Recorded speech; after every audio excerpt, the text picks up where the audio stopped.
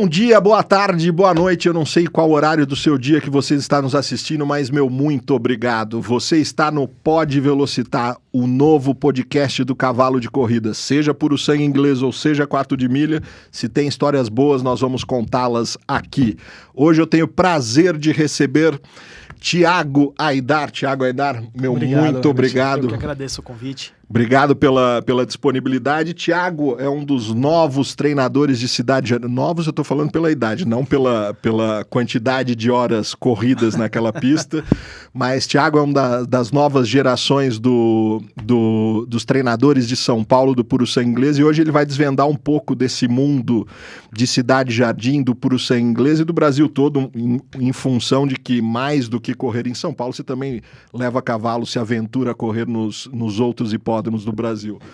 Vou usar o teu poder de resumo, como eu faço com todo mundo. Quem é Thiago Aidar em 30 segundos, só para a gente poder começar? Obrigado, Herbert. A princípio, muito obrigado pelo convite. Prazer estar participando aqui do podcast.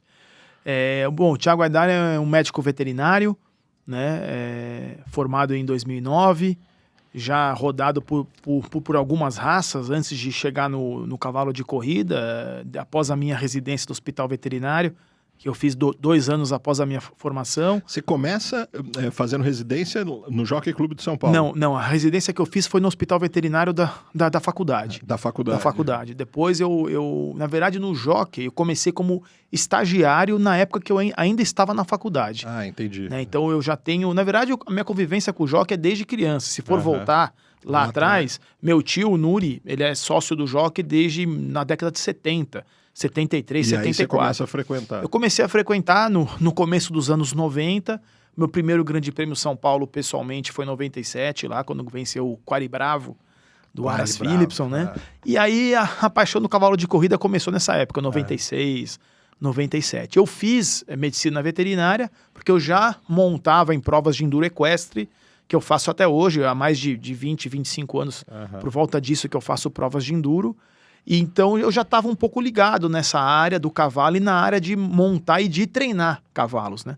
Mas é claro, é um treinamento completamente diferente do que é o de corrida, né? Vou fazer uma propaganda tua, não sei nem se ela é verdade. Vamos lá. Então, se eu sou proprietário e tenho cavalo com você, eu já economizo no veterinário. Você é os dois, é isso? Não?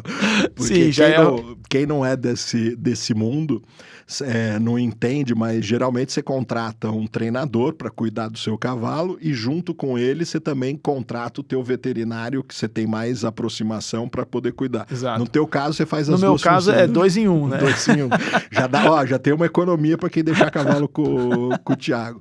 Mas me conta, como que começa... Já deu para entender que no mundo do cavalo a tua paixão é de bastante tempo, você vem ligado para teus parentes e tudo mais, mas como começa a tua convivência, ainda que não como treinador, mas como começa a tua convivência como se aproximando dos cavalos de corrida e não só como observador. Como observador. Então, nos anos 2008, 2009, eu e o meu irmão, a gente montou uma farda da família, fizemos um estude. Como chamava? Estude Aidar, com nosso sobrenome. E aí a gente começou a ter cavalos, brincar de ser proprietário, né? Tinha 1, 2, no máximo 3 a gente tinha. Você e teu irmão. Exatamente, meu irmão e eu. Nossos cavalos ficavam no centro de treinamento de Campinas. Lá em Campinas. Em Campinas. Aí quando iniciou as corridas de árabe em São Paulo, isso por volta de 2013, 14, como a nossa família sempre foi ligada no árabe, a gente trouxe os árabes para São Paulo, deixamos com o treinador José Luiz Aranha na época, que foi depois o meu mestre que me ensinou o dia a dia de cocheiro, o dia a dia da raia. Mas no momento nós éramos proprietários que tínhamos cavalos com o Zé Aranha, cavalo árabe, e eu, como médico veterinário, acompanhava a parte clínica e o dia a dia na raia. E depois surgiu, até por parte do Zé Aranha, essa ideia de eu entrar com o pedido de matrícula. Então foi nessa época. Que ano a gente está falando isso, mais ou menos? Minha matrícula saiu em 2015, mas em 14 eu já participava dos treinamentos. Eu não tinha matrícula ainda, corriam os animais no nome do meu segundo gerente, que foi um ex-grande jockey, o Nelson Souza, e depois minha matrícula saiu em 2015. E você teve uma ligação muito grande com a Aranha, né? Tive. Nós temos até hoje, a gente se fala. E hoje onde ele se encontra? Ele está na Argentina, mas praticamente as malas prontas para os Estados Unidos. Ah, é? Ele sempre teve um sonho de estar nos Estados Unidos, que felizmente, depois de muito suor, batalha, ele conseguiu. Inclusive com o Trump conseguiu. Inclusive com o Trump, Eu fico muito feliz por ele é uma grande pessoa, merecedor. Ele teve Temos um que sucesso. trazê-lo aqui para contar Vamos. Vamos ter que trazer para contar Vou falar com ele quando ele estiver no Brasil, de vez em quando ele sempre vem para visitar a mãe, né, a família.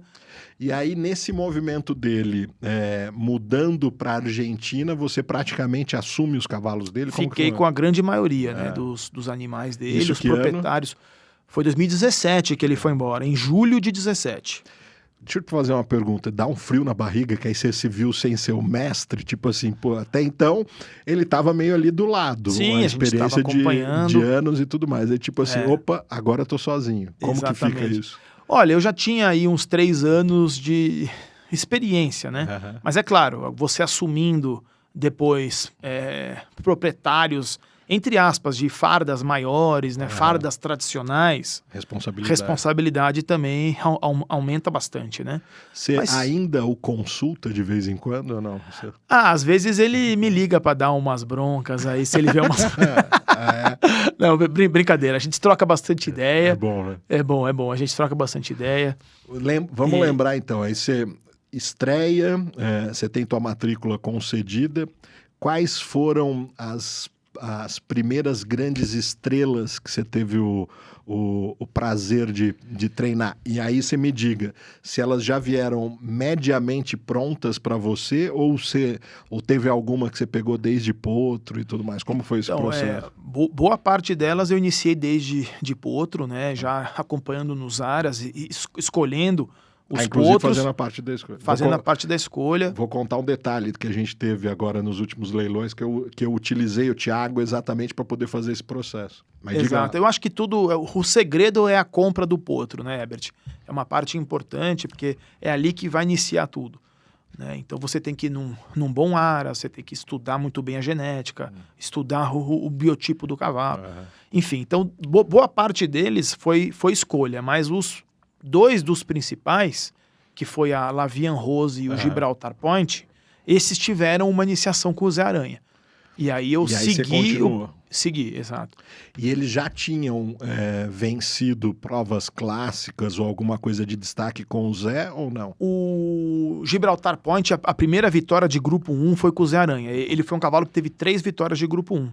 A primeira foi com o Zé Aranha, a prova de potros, e depois eu venci mais 2 seguidas. O que deve dar uma responsabilidade ainda maior, né? Porque você já viu o cavalo ganhar com um treinador, tipo assim... Um grupo 1, você tem que manter ele no grupo 1, em alto nível, né? Exato, eu acredito, fico tentando imaginar a tua cabeça nesse processo, porque ganha com o Zé, grupo 1, tipo assim... que não é um bicho normal, já é fora da curva. E aí você tem que a responsabilidade de manter isso. Então ele ganhou um grande prêmio, se não me engano chamava Sifon na época. Não, Farwell, perdão, que era grupo 1 de potros. Depois eu venci o Ipiranga, que é a primeira prova da Tríplice Coroa. E no ano seguinte, o Grande Prêmio Presidente da República, a Milha Internacional. Qual a metragem? A primeira prova que ele vence com o Zé? As 3 foram em 1.600. Depois a gente até estendeu. Quando ele ganhou a primeira coroa, eu tentei estendê-lo para a segunda coroa, que eram 2.000 metros. Ele ponteou para e entrou quinto. Então você vê que esses metros a mais... Depois nós retornamos para a milha, depois ele seguiu e venceu mais um grupo 1 na semana do São Paulo, o presidente da República. Né? Que farda que ele defendia? O Aras Que Grande. Defendia o Aras Que Grande, que hoje ele é reprodutor lá dentro do Aras. É reprodutor do reprodutor do Aras, E como tem ido a geração dele? Olha, já tem potro correndo? Já tem potro correndo, está muito no início. Né? Ele não cobriu muitas éguas, ele ficou praticamente limitado às éguas do Que Grande, que não são muitas, e cobriu algumas éguas do Philipson. Mas ele ainda, eu acho que ele ainda vai pontar, ele vai se mostrar ainda mais do que ele se mostrou até agora. Ainda está deixando um pouco a desejar. Mas é que ele precisa também... Tudo, né? É o começo. No início, o Garanhão, às vezes, precisa de 2, 3 gerações para começar a se mostrar. Né? Exato. Ainda mais, já entrando nesse ponto, o Brasil não é muito acolhedor dos garanhões nacionais, né? Infelizmente não, e nós temos excelentes excelente. garanhões aqui, como receio... Setembro Chove. Exato, ia falar exatamente dele. Teve aqui na tua posição aí o Zuca, da TBS, Sim. E a gente falou bastante sobre Setembro Chove, do quanto que ele precisou, de quantos anos ele precisou para poder engrenar, e ainda assim com algumas reticências, né? O Brasil, o brasileiro, o criador brasileiro tem essa de privilegiar os sangues internacionais, né? Exatamente. E dos últimos anos para cá, né, Herbert, a gente tem importado muitos garanhões importantes, né, de sangue, enfim, campanha também boa feita fora. Então os nossos acabam ficando de lado, né? Mas eu acho que está errado. Você tem, por exemplo, o exemplo não só do Setembro Chove, Dídimo, né, que depois de muito tempo que ele ficou esquecido em São Paulo, depois de muitos anos que a égua, quem louva, venceu o Grande Prêmio São Paulo, Exato. Que as pessoas voltaram os olhos pro Dídimo, né, que até então estava praticamente esquecido. E era um cracaço, né? Ganhou... inclusive irmão próprio da Lavinha Rose. Nós citamos a Lavinha Rose, ela era irmã própria do Dídimo. Olha só. Né? Dentre outros, redator, temos vários. Várias histórias dessas. Pensando nesse processo todo de criação e desses papéis internacionais, você que está nisso há bastante tempo, você já viu existiu alguma exceção nesse passar do tempo de algum garanhão nacional realmente bem acolhido, ou todos passaram praticamente por esse processo de somente o dono dele cobre com as éguas que tem do Aras, e aí depois começa o processo a se provar, o garanhão a se provar? Nós tivemos hoje no extinto Aras Bandeirantes, eu acho que era um Aras que sempre defendeu o garanhão brasileiro nacional. Né? Agora, mais a grande maioria... Não, mas eu digo dos últimos anos para cá, porque dos anos 80 para trás, praticamente não se traziam muitos garanhões de fora. Eram poucos. Se vivia do sangue nacional. Se vivia do sangue nosso aqui. Depois que abriu-se esse mercado, aí o garanhão nacional acabou ficando de lado. Hoje, esses papéis mais provados não, esses papéis não provados, mas de sangues internacionais. Vou dar um exemplo, vamos falar uma coisa, ser bastante pontual. Sangários, na sua primeira geração, que foi vendido ano passado. Certo. Era a primeira geração, ele ainda não tinha se provado aqui, mas pelo que eu pude observar, os preços não são de pichincha. As pessoas realmente acreditam nesses sangues quando esses grandes criadores trazem esses papéis qualificados para cá, né? Não, é super importante. Eu acho que eles tomaram um pouco também como base o que aconteceu com o Alfa. O Alfa, ele veio rapidamente, cobriu, o pessoal parece que tinha um certo preconceito com o Alfa, não deram chances pro Alfa, o Alfa foi embora. E depois que o Alfa foi embora, os filhos começaram a vencer. Provas de grupo 1, inclusive. Né? Então eu acho que acontece? O Sangários, ele tem um sangue espetacular, fez uma campanha boa, e eu acredito que ele seja um cavalo que os filhos dele vão começar realmente a correr a partir dos 3 anos. Porque é um cavalo mais de distância. É um cavalo de mais distância, ele é de grama, na sua maioria. Eu acredito que eles vão puxar os filhos mais para a pista de grama. E de distâncias acima de 1.600 metros, 2.000. E isso é quando o cavalo vai chegando no auge da sua idade.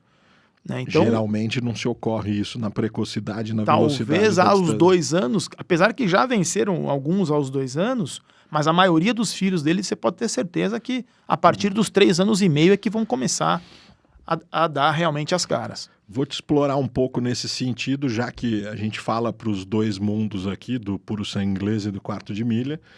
E no quarto de milha a gente não tem muito isso, né? As distâncias são curtas, mesmo ela tendo variações de 201 a 402.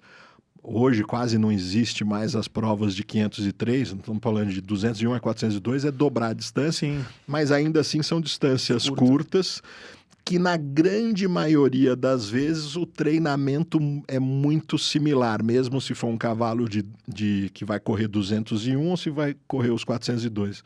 As provas de 201 não são tantas, agora esse final de semana a gente vai ter várias delas, mas vamos transferir isso para o mundo do inglês. No mundo do inglês, hipódromos, não vamos falar de cancha reta, vamos falar de hipódromo, a gente vai estar falando de 1.000 a 3.000 metros aqui em São Paulo, certo? A distância talvez ou o grande prêmio mais desejado, o grande prêmio São Paulo, 2.400. Exato, e Brasil, 2.400. 2.400. Vamos falar isso dentro do teu mundo. Você como treinador, como é, e nos explica, somos leigos, nos explique isso. Qual é a diferença do trato, do treinamento, do dia a dia de um cavalo de 1.000 e de... Não vou falar o de 3.000, vou falar o de 2.400. O que muda na tua condução desse processo? Até para o pessoal do quarto de milha entender um pouco o quão mais complexo é o mundo do treinador do inglês. Então, aí você citou um ponto importante, a complexidade no treinamento, né? Porque o animal de 1.000 e o animal de 2.400, eles têm fibras musculares completamente diferentes. E para você moldar a fibra é um negócio que leva meses até anos. Então, quando você tem um animal de curta, você já volta para o treino mais anaeróbico. Né? Inclusive, a dieta é até um pouco diferente. Nos explica como que funciona. O que acontece? A dieta de um animal de distância, ela é muito mais voltada em energia e não tanta proteína. Tá? Mas a dieta... Por falta de construção muscular, é isso? Porque no caso do... E por necessidade mesmo de... Como ele trabalha no aeróbico, que ele precisa muito da ação do oxigênio, para você ter mais ação do oxigênio, você precisa de mais energia. Né? O anaeróbico não, você precisa de mais força e explosão muscular. Nos traduza isso, o que efetivamente acontece? É mais o que, menos o que? O que você muda estamos falando na nutrição. Então, na curta, você coloca mais proteína e uma carga energética boa.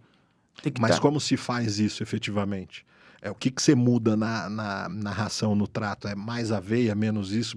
A aveia é mais energética. A aveia é mais energética. A aveia é mais energética. E a alfafa você tem um teor maior de proteína, em torno de 16%, 18% de proteína. Basta mexer nesses dois fatores? É isso que você faz? Ajuda muito. No caso do cavalo de distância, você até pode oferecer mais o feno, talvez menos alfafa, mas tem que ter alfafa, porque a proteína é importante, e a energia na ração, que aí tem que subir de 8%, 9% de estratério e aí para cima. Nesse caso, essa calibragem, estou falando isso porque eu sou curioso e gosto desse assunto, essa calibragem, quando você fala que um cavalo um pouco mais velocista, e vamos entender que velocista... No hipódromo, a gente está falando o mínimo de distância que ele vai correr vai ser 1.000 metros, e não é cancha reta, não é um quarto de milha. Sim.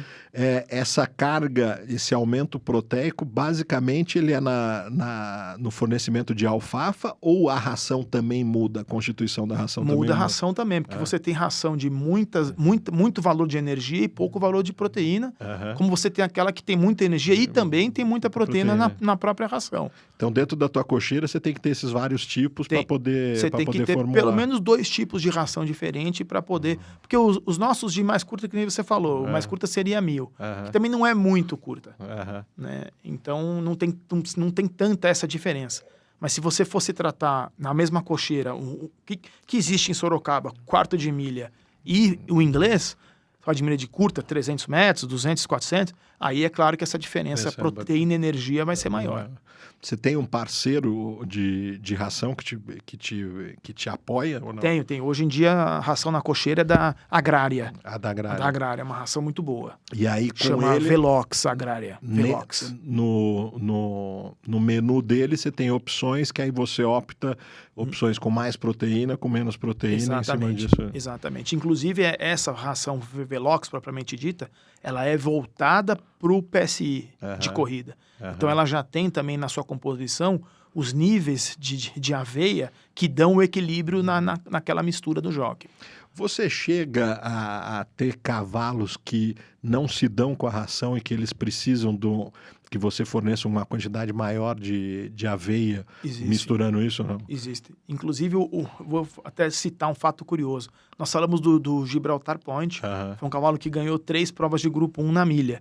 Ele é um cavalo que, por exemplo, ele não comia ração industrializada. Ele só comia aveia. A dieta dele basicamente era aveia e alfafa. Alveia, Porque ele era um cavalo de difícil perda de peso. Aham. Era um cavalo difícil para você botar ele em forma. Metabolicamente, ganhava ele muito ganhava e não perdia com facilidade. Então, o que que acontece? Eu não podia dar muita ração com energia para ele. Então, Porque senão ele ganhava muito peso. Ele Aham. passava de 510, 520, que para ele era muito. Aham. Então, ele corria na faixa de 500 quilos. Aham. Se eu acrescentasse a ração na dieta, ele passaria do ponto. Entendi. Então, eu acabava optando mais por aveia Para poder manter para ele poder maior. manter. E como ele já era um corredor nato, o cavalo, quando também já nasce, Ele te ajuda. ele né? ajuda, viu? Não, e outra coisa, eu acho, talvez isso seja uma das coisas mais bonitas da tua profissão, é exatamente você ter essa capacidade de leitura, né? Sim, você tem que ter essa sensibilidade, né? De saber, ó, cada indivíduo, não dá para ser uma Exato. linha de produção, uma linha industrial. Não. Você que- segue uma receita de bolo, você tem 50 animais, pode dar certo com 10, 20, não vai dar certo com os Com outros. todos, Então você né? tem que entender o que cada um precisa, né? Tiago, eu te usei recentemente, estamos gravando isso no começo de junho. Basicamente, a gente já teve uma boa leva de leilões que aconteceram aí. Nós falamos com uma certa frequência, eu estava na Europa. Você, como treinador, você usa quase que isso de sair visitando todos os aras que participam dos leilões. Sim. E aí você tem essa capacidade por vê-los ao vivo ali, não só no virtual, nos vídeos que as agências disponibilizam. Você tem essa capacidade e visita eles com frequência para poder aconselhar isso. Eu te usei, a gente acabou indo, o dedo foi podre, você só escolheu coisa que saiu muito cara, então não deu para... Eu cheguei até um determinado nível e parei, mas o que é um bom sinal que não só nós olhamos esses cavalos, Sim. mas mais olhar. Mas conta isso um pouco dessa função do treinador até para novos proprietários. A maioria dos leilões são virtuais. Me conta essa história. Você vai, visita, olha, anota. Como que funciona isso para quem quiser entrar nesse mundo e pedir os teus conselhos? Me conta como que funciona. É importante essa visita. O que acontece? Eles abrem as visitas nos aras periodicamente, dependendo das datas dos leilões. Antigamente, os leilões eram todos presenciais. Hoje não Então, é. de certa forma, facilitavam, porque eles vinham até os hipódromos nas semanas do Grande Prêmio São Paulo e também do Grande Prêmio Brasil. Então, facilitava, você não precisava viajar tanto, porque você visitava os animais no próprio jockey. Aham. Só que agora a gente tem que fazer uma escala de visitas, Bagé, Paraná, enfim, aonde os cavalos estiverem. E é importante, porque como os leilões são virtuais, é claro que o filme te dá uma noção legal dos cavalos. Mas, pessoalmente, e no habitat de cada um, você percebe coisas que no filme não. Né? Você mesmo com teu olhar clínico e tudo mais, você já teve uma impressão no vídeo que quando você chega pessoalmente é outra história. Já me ocorreu de, inclusive, comprar cavalos virtualmente e quando chegaram, não era aquilo que eu esperava e imaginava que fosse. Uhum. Né? Às vezes um probleminha de aprumo. Às vezes eles fazem um filme, por exemplo, de um potro num pasto de grama um pouco alta. E aí você não consegue enxergar o aprumo dos cascos, por exemplo. Então já aconteceu, deu inclusive arrematar uma fêmea, quando chegou ela tinha o casco para dentro. Uhum. Era linda, mas tinha o casco para dentro, que no filme não dava para ver. Uhum. Então eu falei, não, nunca mais eu vou comprar por vídeo. Preciso ver pessoalmente. Ou de repente, teve um determinado aras que eu não consegui ver, eu tenho colegas veterinários de confiança, amigos que podem ir e fazem a visitação para gente, né? Vamos falar a respeito disso, uma coisa que eu acho interessante. Eu sou um apaixonado, principalmente, e no quarto de milha ainda se mantém dos leilões presenciais, mas acho que uma boa diversão e boa parte do pacote de entrar no mundo do cavalo de corrida é ir visitar os aras, né? Visitar.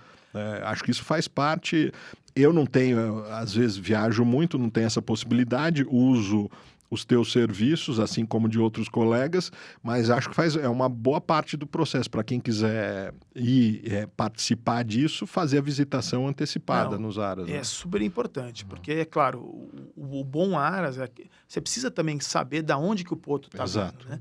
Então você já vê o esquema de pastagem, se é bom, né? Você já conversa com o pessoal do aras, você já vê como é que o potro foi criado, você já conhece o ambiente que o potro foi criado. E isso é de suma importância, né?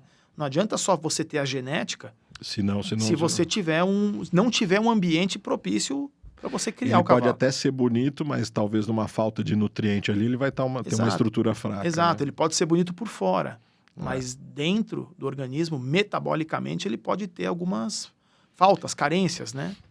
Vamos falar de novo, voltando, estou sempre imaginando que a gente não está falando só para os iniciados, para quem vive nesse mundo.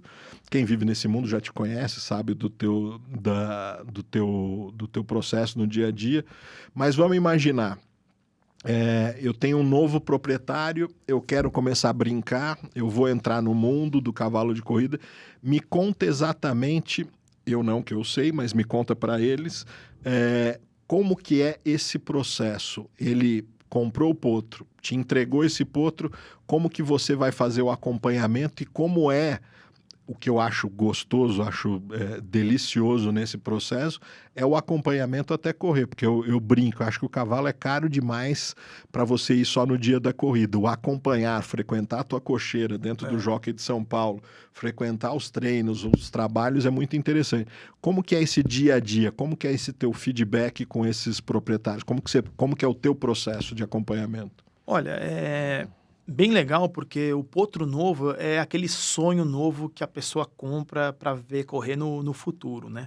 Quando é um proprietário novo que nunca teve, é a primeira vez, o que eu sempre recomendo? Além dele ter, claro, o potro novo, que é importante, né? Você acompanhar a criação, ver crescer, domar, iniciar e tal, mas você também tem um outro animal em campanha, é legal por causa que a farda movimenta e a pessoa não fica só naquela expectativa do potro, que às vezes demora. Entre a doma e a estreia, pode demorar 6, 8 meses, 1 ano, dependendo de quem for.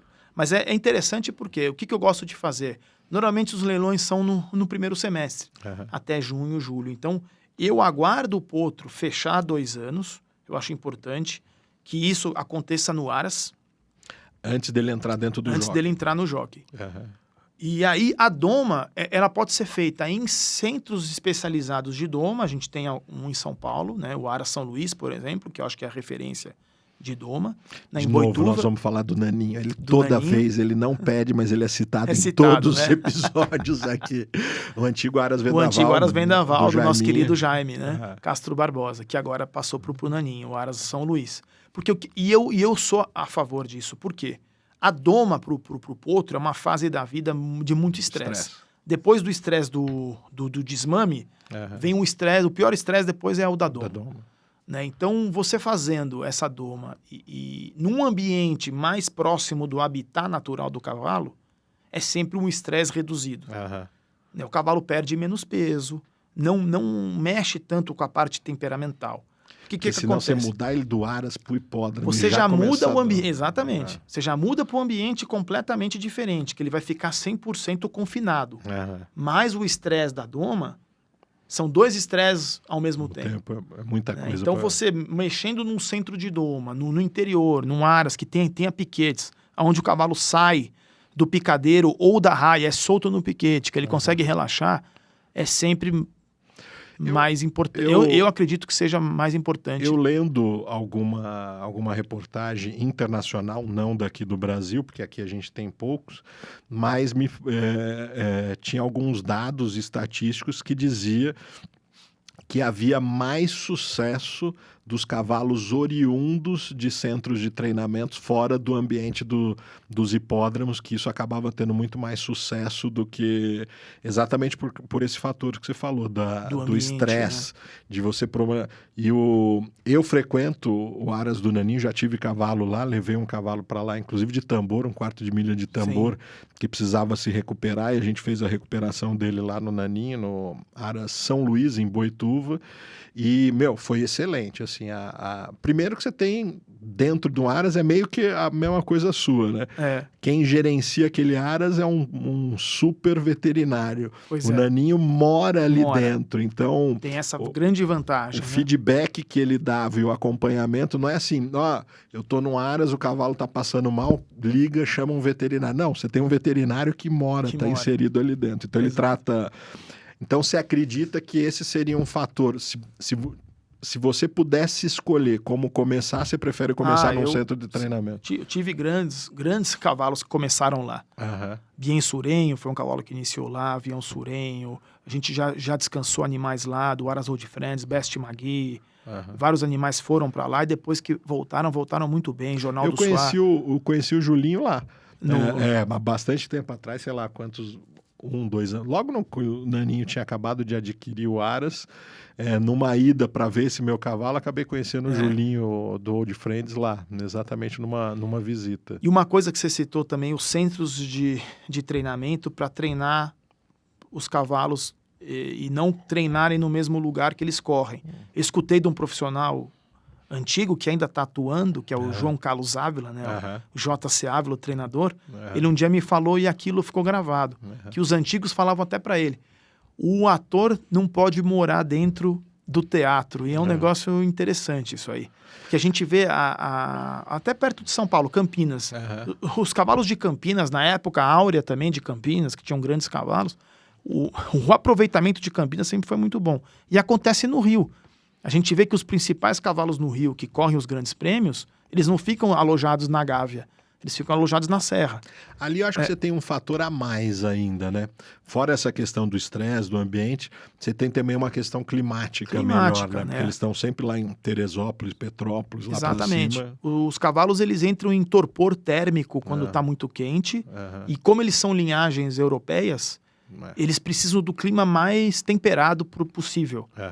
Curitiba tem sucesso por conta disso também. Não só, claro, pelos excelentes profissionais e cavalos que tem lá, mas porque a água é pura, o ar é muito limpo, a raia é excelente. Então, tudo isso... Vamos falar de raia. Você vai me ajudar. Eu não tinha tanto domínio dos hipódromos de inglês, mas eu conversando, uma conversa de pé de cerca ali em Cidade Jardim, se a gente fosse definir maciez ou raias pesadas, vamos falar dos 4 principais hipódromos do Brasil, vamos falar de Rio de Janeiro, São Paulo, Curitiba e Porto Alegre. Como você definiria? Quais são as raias? Estamos falando de areia, não de grama, mas depois a gente pode até estender para grama, mas quais seriam os hipódromos com raias de areias mais pesadas indo para o mais leve? Como que você faria a classificação mais desses pesada 4? É o Cristal, em Porto Alegre. Né? Essa é indiscutível. Eles têm bastante areia. E lá, se você vê pelos tempos dos páreos também, né? Lá os tempos são... Isso preserva o cavalo no sentido de osso e força no sentido de tendão? Perfeitamente. Quanto mais macio, mais você agride o sistema mole, de tecido mole, ligamentos e tendões. Quanto mais duro, você agride mais a parte osteoarticular. Mas aí é muito do que o treinador vai fazer com o cavalo em treinamento, né? É claro que você não vai treinar lá no Cristal no mesmo ritmo que você vai treinar em Cidade Jardim. Então eu acho que acredito que Cristal tem a raia mais pesada. Depois Rio e Paraná se equivalem bastante, já estão na parte intermediária. O Rio, porque ele é praticamente na lagoa, o piso natural, que nem é o piso de Curitiba, e eles têm um nível de areia praticamente semelhantes. Né? E São Paulo já vem... É a mais rápida. É a mais rápida. Primeiro porque a raia grande ela tem concreto por baixo. Diferente da raia pequena auxiliar, que a gente trabalha no dia a dia. Então, e também não tem um nível de areia tão grande quanto que tem. Eu vou falar, eu sou frequento os hipódromos há bastante tempo. Às vezes, quando eu ia ver minha égua trabalhar em Cidade Jardim, se tinha dado uma chuvinha, estava meio assentada, aquilo parecia um asfalto, né? A raia fica bem dura. Só o som que você percebe quando o cavalo vem galopando. Fica bem dura. Ela é bem... E ela se assemelha com a velocidade e a raia rápida em Maronhas, no Uruguai. Só que Maronhas não tem o concreto por baixo. Ela é piso natural, mas não tem tanta areia também. É uma raia bem rápida do Uruguai. Vamos, já que a gente sonhar não custa nada, e já que falar não custa também ao mesmo tanto, se você fosse um proprietário e pudesse desenvolver um cavalo, você escolheria alguma dessas raias para começar e depois você teria que vir para São Paulo e para o Rio de Janeiro em função dos principais grandes prêmios. Mas você acha mais propício para o cavalo, em termos de preservação, começar ele em alguma dessas outras raias que sejam mais macias ou não? Eu acho que é importante. Eu acho que é importante. Ainda mais que assim, no hipódromo de Cidade Jardim, a gente tem uma estrutura muito legal. Mas o piso de asfalto, na minha opinião, para potros... É prejudicial. E você opta por trabalhar na raia de dentro, porque é uma raia mais macia. Normalmente eu trabalho na raia de dentro. Que agora, é uma raia mais macia. Exatamente, mas quando chove eu evito trabalhar em qualquer raia. Porque tanto elas ficam muito assentadas. Na de dentro quanto na raia grande de fora. Eu prefiro galopar só e fazer um trabalho mais de fôlego, ou de repente nem galopar, do que trabalhar. Não vamos falar de um cavalo, mas hipoteticamente falando, esse mesmo cavalo trabalhando 600 metros na raia de dentro e na raia de fora, você tem as diferenças de tempo que seriam em Cidade Jardim? Olha, a diferença aí varia muito de cavalo, né? Isso é bem relativo, porque tem cavalo que trabalha melhor numa raia mais rápida, outros que preferem até uma raia de mais areia para trabalhar. Mas eu acredito que a raia de dentro, a pequena, ela ainda tenha mais areia do que a raia de fora. Então a raia de fora marca-se mais rápido do que a raia de dentro. Isso em dias normais, né? Areia macia, né? Quando vou lá para a Cidade Jardim, eu consigo perceber essa diferença. Até quando a gente caminha na raia, você vê... Você percebe, seu pé afunda muito mais na raia de dentro, né? Passado isso... Você acha que dá para a gente fazer uma escala da mesma coisa na grama dos dois hipódromos, se a gente for falar do hipódromo da Gávea no Rio de Janeiro e do hipódromo de São Paulo, há uma diferença de tempo disso? Quando eu olho os 1.000 metros, sim, mas aí eu não sei se é por causa da curva. 1.000 metros em São Paulo acaba correndo mais rápido, porque no Rio você tem aquele cotovelo. Né? Aquele meio cotovelo. E nos 2.000 metros do Rio, você pega duas curvas também. Mais acentuadas. E São Paulo não, porque São Paulo você larga do prolongamento da reta oposta e pega só a curva da esquerda. Então você acha que é por uma questão de desenho de raia, e não por causa da constituição da grama? Não, mas a grama de São Paulo ela é mais firme. É mais firme. O que acontece? A gramínea de São Paulo, que é plantada lá, é um tipo diferente da gramínea do Rio. A grama do Rio é uma grama mais frágil. Você puxa, ela sai também, porque embaixo... ela é muito mais úmida, a raia do Rio, porque está muito perto da lagoa. Entendi. A raia de São Paulo também, por ter menos dias de corrida, antigamente não, usava-se muito mais a pista de São Paulo, então ela era um pouco mais detonada do pisoteio. Hoje, como a gente só tem corridas aos sábados, a grama ela é bem preservada, sabe? Então, mas a gente poderia concluir que talvez seja muito mais pelo desenho da raia, dos tipos de prova. No 1.000 metros você tem o cotovelo, na outra nos 2.400 isso, do que qualquer outra coisa. Agora, quando chove, a raia de grama do Rio fica muito pior, né? Do que a de São Paulo. A gente tem uma drenagem melhor na grama de São Paulo. Particularidades do mundo do puro sangue inglês que não é nem um pouco comum no mundo do quarto de milha. Deixa eu falar outra coisa. Rio de Janeiro, cheio de centros de treinamento lá em cima, Petrópolis, Teresópolis, por ali espalhado. São Paulo, pelo que eu me recordo, você tinha no passado aquele centro de treinamento em Porto Feliz. Exato. Hoje, tirando Campinas, nós não temos nenhum ativo, certo? Não, tem só Não. o de Sorocaba, que tem poucos cavalos, né? Sorocaba e Campinas seriam Campinas. os únicos dois adjacentes Exato. perto. Tínhamos, além de Porto Feliz, São Vicente também e a Chácara do Ferreira, que existia uma raia pequena. Agora, no Rio de Janeiro, surgiram isso como instituições privadas, né? Como centros privados. Perfeito. E me parece, pelo que eu vejo nas estatísticas, que os cavalos provenientes dos centros de treinamento no Rio de Janeiro acabam ganhando muito mais do que eu não sei se o treinador, plantel... Teoricamente, os melhores potros também são designados para lá, né, Herbert? Porque lá na Gávea, normalmente ficam os cavalos que correm os páreos da Gávea e os cavalos que talvez tenham um problema ou outro. São cavalos mais velhos, aqueles cavalos que correm de fenil, ou são cavalos que precisam da piscina para treinar, que na Gávea tem piscina. E nos centros, eu acho que o único centro que tinha piscina era o Vale do Itajara, que foi vendido. Então, a piscina acho que só tem na Gávea. Entendi. Então, aqueles cavalos mais velhos, com problemas físicos, acabam ficando na Gávea por conta da piscina também. Né? E como o trato na Serra sai um pouco mais caro, por conta de box, viagem e tudo mais, eu acho que os principais animais acabam indo para lá.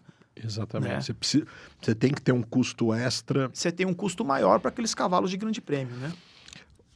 Aproveitando que você falou em valores e sem citar e nem falar especificamente do teu, mas vamos dar uma radiografia, assim.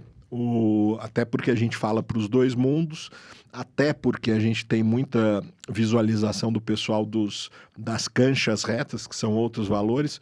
Hoje, um cavalo em São Paulo, você tem um range de preço do trato de quanto a quanto? O que você já escutou de menor valor e o que é o maior valor? O range, se eu for hoje ter um cavalo e for instalar ele em São Paulo, sem falar especificamente de treinador, trato, tipo de trato, mas mais ou menos está oscilando o que o preço em São Paulo hoje? Olha, eu vou te dar uma média final, já contando o trato fixo, mais os extras que entram, que é farmácia, ferrador, selaria, tudo.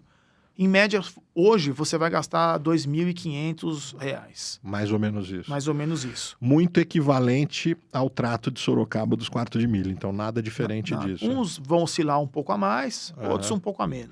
Isso é óbvio que depende se você tiver qualquer tipo de intercorrência ou não. Intercorrência veterinária, alguma coisa assim, o animal ficou doente. Ou, por exemplo, correu 2 vezes no mesmo mês, precisou ferrar de alumínio 2 vezes, aumenta um pouco a conta do ferrador. Né? Falando a gente de novo, nós estamos gravando esse programa no começo de junho, provavelmente ele vai ao ar ainda em julho, mas já depois do Grande Prêmio Brasil. Se você fosse dividir, vamos pensar que nós estamos falando para um leigo e que esse novo proprietário, novo entusiasta ainda não entende muito direito. Eu quero escolher um potro. Eu preciso... entender que essa safra de leilões elas acabam ocorrendo de quando a quando, como que você indica, quando que tem que posicionar, por exemplo, já dando a resposta, se eu for querer comprar um potro lá para outubro, novembro, não é o caso, porque a maioria todos os leilões quase já foram esgotados. Então posiciona esse novo proprietário, tipo assim, se aproxime, prepare-se, visite, já escolha o seu treinador, escolha onde você vai querer se posicionar, porque a gente está falando de Brasil, então pode ter gente na Gávea ou não, mas para entender que essas safras de leilões geralmente acontecem quando? Então, vamos falar de primeiro leilão da geração principal, leilão da geração, começa na semana do Grande Prêmio São Paulo. Talvez tenha um ou outro Aras que faça um leilão um pouco antes do São Paulo, em maio. Eu acho que o primeiro grande leilão do ano que eu sei, não que seja em São Paulo, é o do Aras Alves Teixeira, do pessoal lá do Sul, Billion né? Dollar, Isso, que do Collor. Um pouco antes do São Paulo, mas aí já é uma turma voltada mais pro pessoal de reta. De reta. Né? Apesar que eles ganharam ganhou no Rio. Ganhou no Rio e o recordista do eletrizante dólar é de criação deles. Então acho que começa ali, abril, maio. Vamos dizer abril. Abril, maio até junho, no mais tardar julho. O último grande leilão do ano, o que a gente poderia... de potros, falando Vai de... ser do Palmeirini, após os leilões do Grande Prêmio Brasil. Tá. Então, vou falar ali março, se começasse nesses julho. leilões. A julho é aí que eu tenho para poder escolher. Você até vai encontrar, por exemplo, em agosto, no festival do Matias Michelini, da Taça de Prata, o festival da BCPCC, tem também um leilão, mas não é de um aras específico. Acho que naquele leilão, alguns potros que ficaram meio sem ser vendidos, ou porque eram mais tardios, nascimento outubro, novembro, a pessoa até segura para não vender tão cedo, porque precisa que o potro se desenvolva um pouco mais para ele vender. E talvez vá para esse leilão em agosto. Mas depois de agosto, aí o que tiver para vender, provavelmente são animais defendidos. Exceções. Exceções. O grosso, se a gente for querer se posicionar, se alguém quiser entrar nessa brincadeira, ele tem que se preparar para o primeiro semestre do ano. Exatamente. E, inclusive, Herbert, até alguns aras abrem as portas antes desses leilões para vendas diretas. Que é o caso, por exemplo, do Aras Road Friends, ele não vende em leilão. Exato. Cria maravilhosamente bem, né? Em Bagé. E ele também abre as portas fevereiro, março, para visitações e as vendas diretas. Então, tem aras que também fazem essas vendas diretas, que você até pode antecipar os leilões. Quem puder antecipar os leilões, vai nos aras e também consegue ali escolher e se garantir de uma certa forma, né?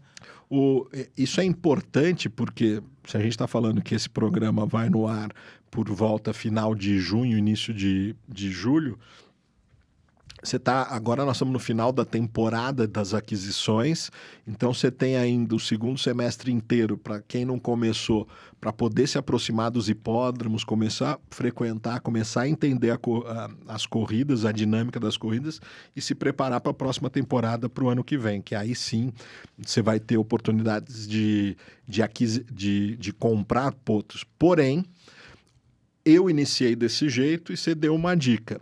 A gente vai ter o restante do ano com os leilões de treinamento. Então, se você já chegar num treinador de confiança, você pode já adiantar uma parte desse processo. Claro, claro. Já pega o potro domado, galopando, de repente até com partidas, já pronto. Ou mesmo um cavalo já com vitórias ou não. Isso. Eu acho importante para o novo proprietário isso. Até posso citar um exemplo que aconteceu agora. Deve. Tinha uma égua do Aras Bazano que estava em leilão, ela vinha de 2 vitórias no Rio, foi leiloada, veio a São Paulo para o leilão, chamada Neidinha. Então, o André, que é filho do saudoso Silvio Luiz, locutor, ele abriu um estúdio Olho no Lance, em homenagem ao pai. Que legal. Que falava o velho jargão, né, do Olho no Lance. A égua já tem 2 vitórias, quer dizer, a primeira égua da farda dele, o primeiro animal, correu 4 vezes, das 4 atuações ela venceu 2. Quer dizer, isso para um proprietário que está iniciando é uma maravilha. Porque às vezes você inicia com o potro dói a canela, fica gripado, demora às vezes 1 ano para você estrear desde quando você comprou. Vou contar minha história no quadro de milha. Eu já tive potros que nem estrearam. Que às vezes nem estreia. E se você pega uma pessoa que ainda não é do ramo, está começando, a pessoa às vezes pode não querer seguir, se desanimar. Então eu acho que o ideal é você já ter um cavalo para a pessoa já levar os amigos, a família no jockey, tirar fotografia, para a pessoa pegar gosto. Né? A gente teve aqui na mês passado, esse episódio até está disponível no nosso canal, com o Zuca, e ele falou uma frase que eu gostei bastante. O turf já é bom perdendo.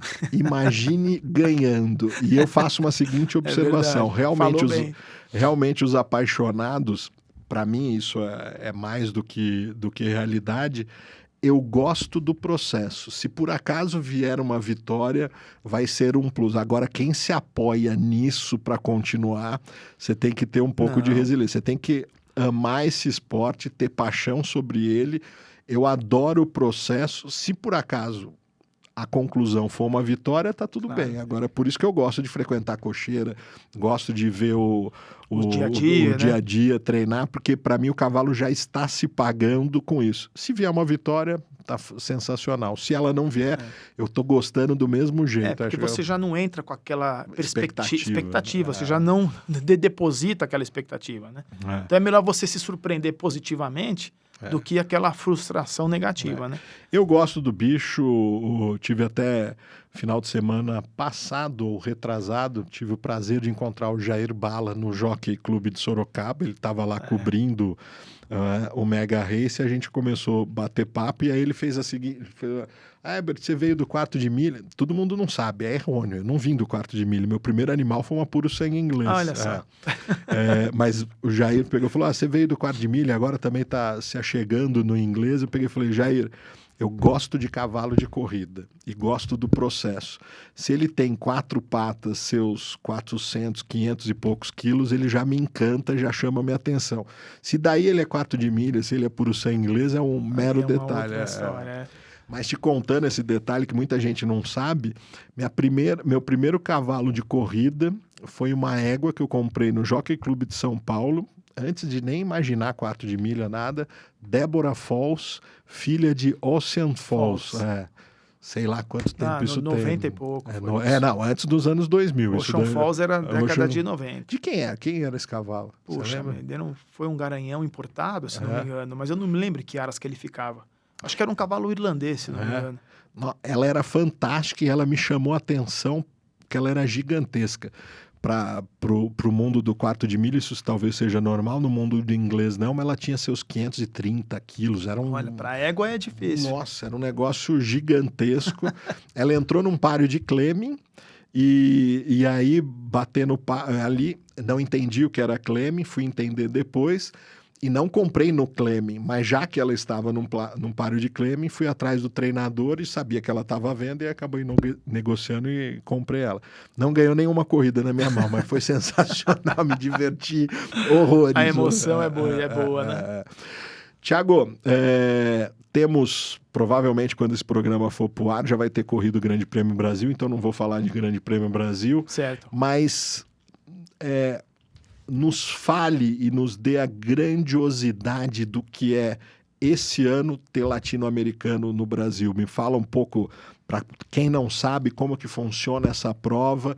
Ela vai acontecer no Rio de Janeiro e instiga as pessoas para a gente poder ir para o Rio de Janeiro. É outubro, né? Isso. É outubro para o Brasil, para o nosso seguidor, quem está nos assistindo, entender a bênção que é a gente ter essa prova ocorrendo no Brasil esse ano. Me explica um pouco dela. Importante, né? O Brasil cada vez mais está no destaque internacional do turf, né? Exportando grandes animais, sendo palco agora mais uma vez do latino, que já aconteceu no Rio há uns 10 anos atrás.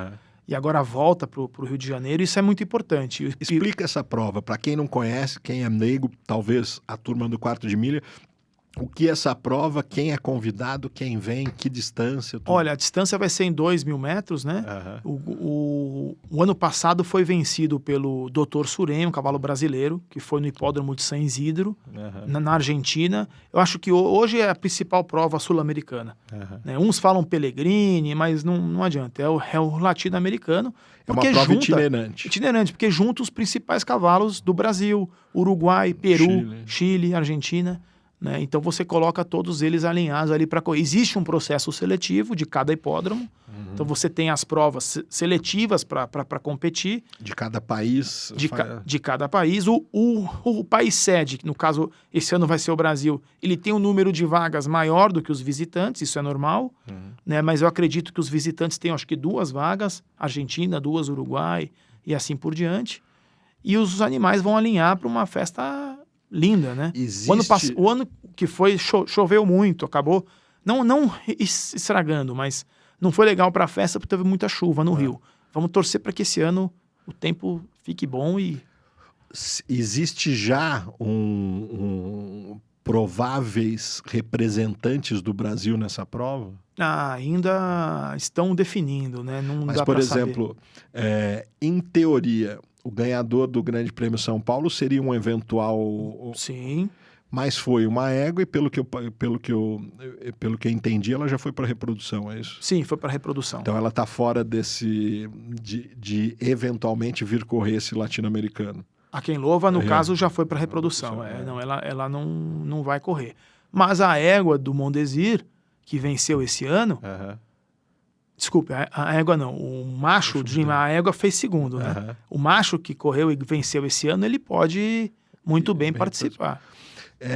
Mas isso é uma tabela, ou como que funciona? Só para a gente poder entender. Quem tem o direito, no caso do Brasil, de participar e de representar o Brasil no Latino-Americano em outubro? Então, o vencedor do Grande Prêmio Brasil, o vencedor do Grande Prêmio São Paulo Paulo e o vencedor das provas seletivas que devem acontecer em torno de 45 dias antes do páreo. Tá. Aí elas vão ser feitas, vai ter a seletiva do Rio E e vai ter a seletiva de São Paulo. Né? E se o animal tiver graduado, ou seja, tiver um rating aceitável para correr a prova, pode correr. Ah, entendi. Né? Provavelmente largam quantos animais numa prova dessa? Largam em torno de 16 animais por aí. 16 animais. 14 a 16 animais. Nós estamos falando que essa prova vai acontecer no Rio de Janeiro em outubro. Em outubro, exatamente. Por um acaso, eu fui consultar hotel e já está tudo lotado em volta do hipódromo. Então, óbvio que o Rio de Janeiro é gigantesco, você tem possibilidade de ficar afastado, mas eu, quando costumo ir para o Rio de Janeiro, escolho alguns dos hotéis próximos né? dali. Tá impossível. Então, eu convido você, amante do cavalo de corrida, da corrida de cavalo, a gente tem a bênção de acontecer nesse ano essa prova itinerante, que em cada ano acontece em um país da América Latina. Esse ano é no Brasil, esse ano é no Hipódromo da Gávea, em outubro. Então, arrume as malas, faça a sua reserva e vá para lá, porque vai ser uma festa bonita. Vai ser linda, vale a pena estar presente. Você acha que São Paulo vai... sempre teve uma grande briga entre São Paulo e Rio nos representantes, e a gente deve ter essa briga de novo ou não? Sim. Sempre existe, entre aspas, uma certa rivalidade, mas o Paraná entra com força nessa luta também. É impressionante também, né? a força do Paraná nisso. Porque o Paraná corre as provas principais de grupo aqui em São Paulo. Então, eles com certeza vão chegar com grande força aí também, viu? Deixa eu fazer uma pergunta, já que você tocou nesse assunto, é muito interessante. Paraná, Curitiba, temperaturas mais amenas, talvez mais condizentes com as raças de origem europeia que nós temos, de origem europeia, são puro sangue inglês, então óbvio que eles têm esse gene que está muito mais adaptado a temperaturas mais frias, e eles têm tido um resultado assim avassalador em São Paulo. Então a gente teve ano passado um treinador paranaense que ganhou as estatísticas de São Paulo. Então, só para a gente entender, é um treinador radicado em Curitiba, que treina nas cocheiras em Curitiba e ganhou as estatísticas de 400 quilômetros para correr, né? Exatamente, e ganha tudo aqui. Hoje, você está tendo, não sei se seria esse o nome, mas você está tendo um renascimento daquele hipódromo lá, desde de assumir essa nova diretoria. A gente está vendo, eu acompanho principalmente em redes sociais, é fantástico o trabalho que o Paulo Pelanda está fazendo dentro do hipódromo de Curitiba. Você acredita que de novo se repita isso nas estatísticas de São Paulo esse ano? Como que tá as estatísticas, só para quem não acompanha, como que tá esse ano as estatísticas aqui em São Paulo? A estatística de aproveitamento, o treinador do Paraná, é o Maurício Oliveira, se não me engano, do Aras Belmonte, que está liderando. De vitórias não, vai ser provavelmente o Emerson Garcia, que é quem tem o maior número de cavalos em São Paulo. Aqui, Ele deve vencer a de vitória. E a de aproveitamento vai com certeza é o Maurício, que eu acho que tem mais de 40% de aproveitamento. Agora vamos falar o seguinte, esses cavalos quando vêm de Curitiba para cá, eles acordam, vêm, correm e voltam, é isso? Não, normalmente eles viajam de madrugada, da madrugada de quinta para sexta, as corridas são no sábado. Eles chegam aqui na sexta-feira? 5, 6 horas da manhã de sexta. Chegam então, aqui? Vocês chegam aqui, caminham de manhã, na sexta-feira, caminham à tarde, dormem no sábado, correm e voltam? Normalmente sábado à noite. 9, 10 horas da noite. Então não é que eles se alojam aqui por período, não. Eles vêm praticamente para correr. Tiram um dia de descanso e voltam. E voltam num horário que não pega o trânsito para voltar, né, na BR.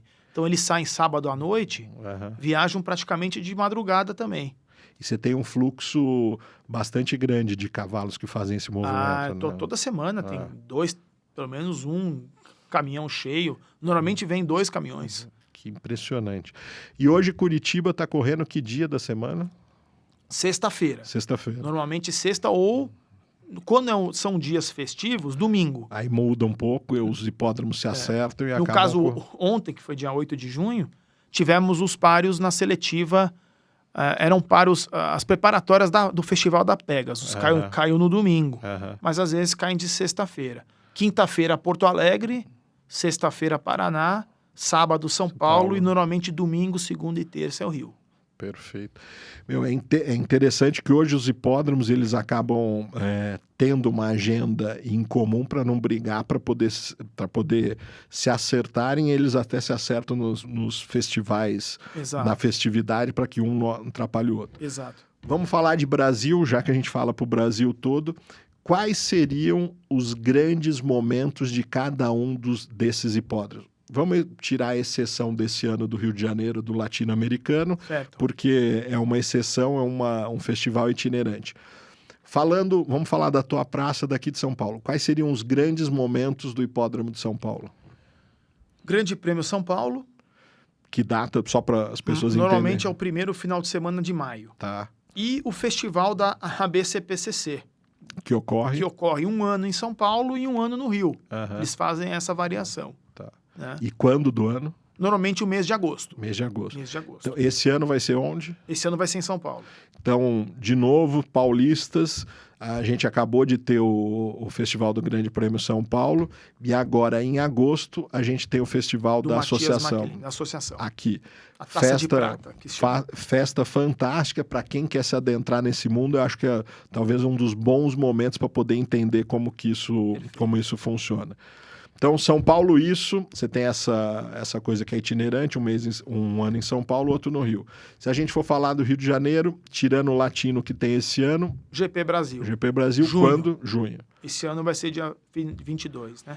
Então, eu acredito que esse programa vai ao ar já quando ele já deve ter ocorrido, então a gente vai ter... Ainda não podemos falar sobre o ganhador do Grande Prêmio Brasil, mas ele já vai ter... Vocês já vão estar sabendo na hora que estiver escutando esse programa, vendo esse programa.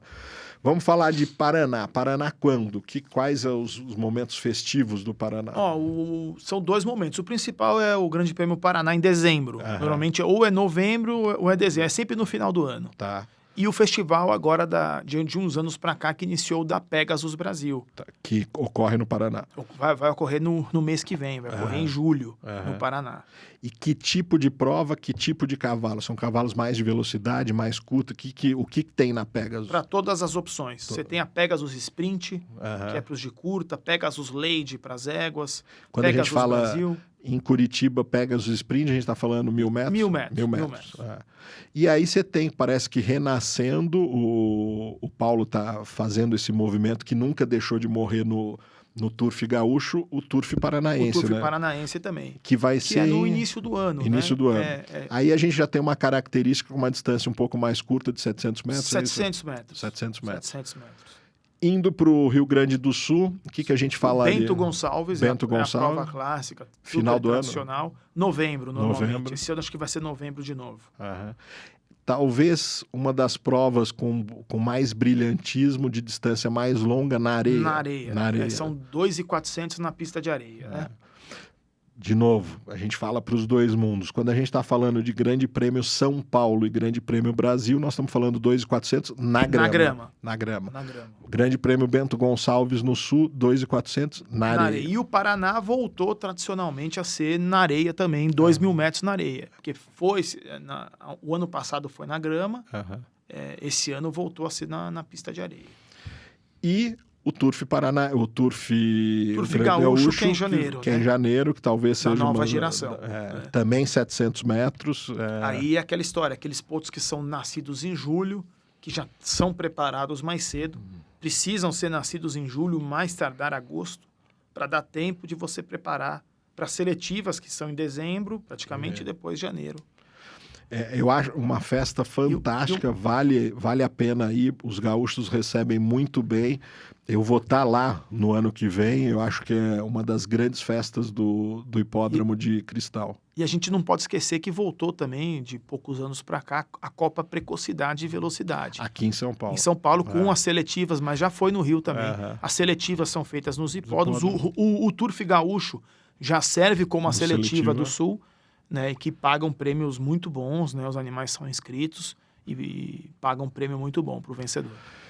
O mundo do puro sem inglês, para quem não está ainda muito afeito a essas variações, e outra, que me perdoem os outros hipódromos, a gente aqui acabou falando dos 4 maiores hipódromos, mas a gente tem Hipódromo da Madalena, Goiânia, Lagoinha, dos Nordeste, tantos outros, que a gente vai querer chamar todos representantes aqui para cada um contar a sua história e contar essa grandiosidade que a gente às vezes não tem noção, o grande público não tem noção de como ocorre tudo isso. Então, é um momento perfeito. Agora a gente tem nesse segundo semestre do ano, contando que quando vocês estiverem vendo isso, já vai ter acontecido o Grande Prêmio Brasil, a gente tem vários bons festivais a serem visitados de onde você for do Brasil, né? Em agosto a gente vai ter o festival já do Matias Maquilini, a Taça de Prata. Festival da BCPCC. Em setembro começa a Tríplice Coroa de São Paulo, as principais provas de potros. Setembro a primeira coroa, agosto a segunda coroa, setembro, outubro e novembro, segunda e terceira coroa. Depois você tem, em outubro, Latino, e assim por diante. O Bento Gonçalves, em novembro. O Turf não para. Grande Prêmio Paraná no fim do ano. O Turf não para. Não tem férias, que nem o cavalo de pismo, que chega novembro, vai tudo pro Aras, relaxa, solta no pasto e volta só em fevereiro. No Turf... Isso eu acho que é uma das grandes coisas dessa indústria que a grande maioria dos leigos não entende, exatamente. Não tem sábado, não tem domingo, essa roda não para de girar o tempo inteiro. São famílias, são famílias empregadas, gente que vive disso, e é uma... Por isso que eu gosto de chamar, todo mundo me fala, mas você usa muito da entonação, do adjetivo e da indústria do cavalo de corrida. Isso é uma indústria. E por acaso, a indústria do cavalo no Brasil é uma indústria maior e emprega mais gente do que a indústria automobilística. A gente não tem a noção disso. Políticos, acordem. É verdade. Exatamente, a gente precisa disso. Tiago, eu vou te pedir mais uma vez, a gente abriu colocando o teu GC. Qual é a melhor maneira de te contactar? Instagram, site, onde que é melhor? Instagram e celular direto, o WhatsApp e a página do Instagram.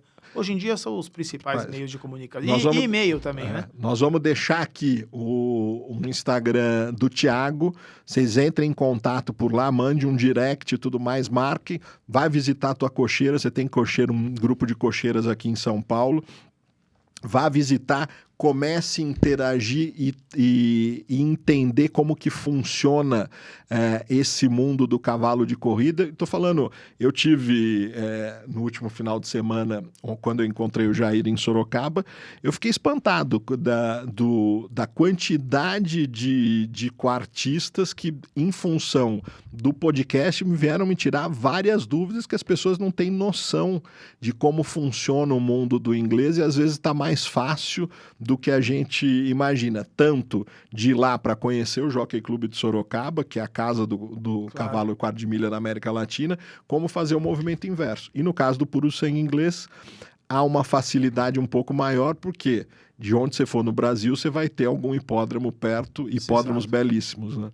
E eu acho que o jockey hoje, ele está num momento que ele precisa abrir para o quarto de milha voltar até as corridas em São Paulo. Eu acho importante, a gente poderia fazer essa ponte. Eu acho que vai ser produtivo para os dois lados. Você sabe que eu sou ganhador de uma corrida de quarto de milha no Jockey Club de São Paulo, né? O Challenger, aquele não? Não, eu ganhei era um páreo comum, e a gente corria em quinta-feira à noite. Isso eu tô falando antes do final dos anos 90, sim, por ali. Eu tinha o cavalo, era uma égua em Sorocaba, tinha ela. Eles fizeram essas chamadas, 2 ou 3 pares, na época que tinha corridas das quinta-feiras à noite. Eu saí do escritório, fui para lá, ela abriu como azarã, pagava 13 alguma coisa para um e ganhei a corrida. Eu tenho uma fotinho lá, ainda naquela época de terno e gravata, trabalhava no mercado, sempre trabalhei no mercado financeiro, continuo trabalhando no mercado financeiro. E a gente saiu do escritório direto e fui para lá e ela ganhou numa quinta-feira à noite. Foi linda a prova, gostoso. São emoções que ficam marcadas, né? Não, sempre. Eu vou falar dos nossos apoiadores antes de terminar. Vamos falar de Loyal Vinhos. A Loyal Vinhos é a nossa apoiadora importadora de vinhos fantásticos. Esse, inclusive, que nós estamos tomando aqui, já acabou, vou ter que te servir mais. Loyal Vinhos, entre em contato no Instagram deles e eles vão poder te fornecer uma carta de vinhos excelentes de toda a Europa. Em segundo momento, vou citar também o nosso apoiador Track Capital. A Track Capital é uma boutique de M&A e boutique de investimentos, não só de M&A, que cuida da sua vida 360. Eles vão poder te assessorar em tudo. Num segundo momento, o nosso novo apoiador, vou falar sobre a Renova. Galera, eu vou dar um recado muito importante. Vocês viram que até marcas conhecidas como a marca do Potro do Futuro da BQM estão perdendo o direito de uso por falta de registro. Aqui no Pode Velocitar a gente não vacilou. Nós registramos a nossa marca com a Renova Marcas e Patentes. O Fábio, um dos proprietários, cuida de tudo, inclusive monitora para garantir que o seu nome seja de uso exclusivo seu. Quem quiser saber se o seu nome pode ser utilizado por você no teu segmento, basta acessar e escanear esse QR Code que está na nossa tela e a Renova vai fazer uma consulta gratuita. Isso é um oferecimento do Pode Velocitar e eles poderão te auxiliar nesse processo completo. Agora eu vou agradecer e encerrar com Special Trip, a agência de turismo de luxo que nos acompanha desde o nosso primeiro podcast. Special Trip, entre em contato com eles nesse Instagram abaixo e vocês vão conhecer todas as experiências que eles podem te fornecer, tanto na Europa como no resto do mundo. Special Trip, há mais de 14 anos no mercado. Pessoal, de novo, vou deixar aqui o Instagram do Thiago, entrem em contato, conversem, ele vai poder adentrar você nesse mundo e prestem atenção que agora, nessa segunda parte do ano, tem muita coisa interessante acontecendo no Brasil todo, seja aqui em São Paulo, seja no Rio de Janeiro, para poder entrar nesse mundo e tentar entender um pouco como que funciona essa roda. Thiago, mais uma vez, obrigado pela disponibilidade. Obrigado a todos pela audiência. Qualquer dúvida, estamos à disposição. Mais uma vez, obrigado. Muito obrigado por vocês estarem conosco até esse momento. Esse é o Pode Velocitar, a nova casa do cavalo de corrida. Seja por o sangue inglês ou quarto de milha, se tem histórias interessantes, elas estarão aqui. Até a próxima semana. Tchau. Obrigado.